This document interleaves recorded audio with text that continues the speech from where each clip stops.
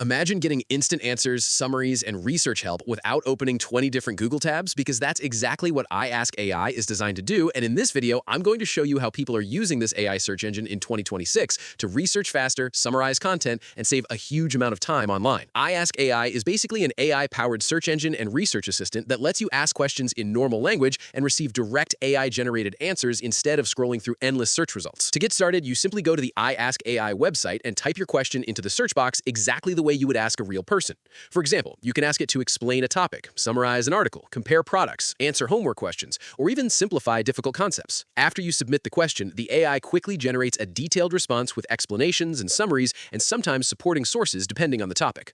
One of the best features is definitely the natural language search, because you don't need to think about keywords like a traditional search engine. You can ask complicated questions in a conversational way and still get understandable answers within seconds. Another really useful feature is the summarization tool, because it can break down long articles, research topics, or complicated explanations into shorter and easier summaries that save a lot of time. Many students online also use AI for homework help, quick research, brainstorming ideas, and understanding difficult concepts faster. According to reviews on Reddit and tech forums, one of the biggest advantages of AI is speed, because users can find answers much faster compared to manually opening dozens of websites. A lot of people also say the interface feels very beginner-friendly and simple to use, even for users who have never tried AI tools before. Some students mention that it helps them understand topics more quickly during exam preparation because the AI explains information in simpler language. But to keep this tutorial honest, there are definitely some downsides you should know before relying on it too heavily.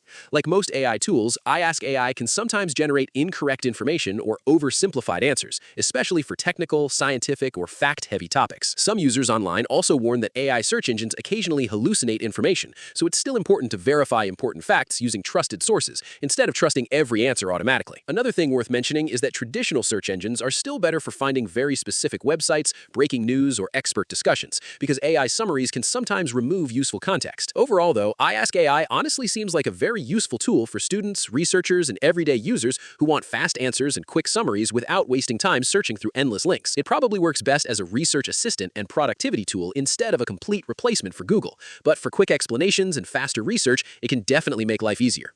If you want to try AI yourself, check the link in the description. And if this tutorial helped you, make sure to like the video and subscribe for more AI tool tutorials and honest reviews.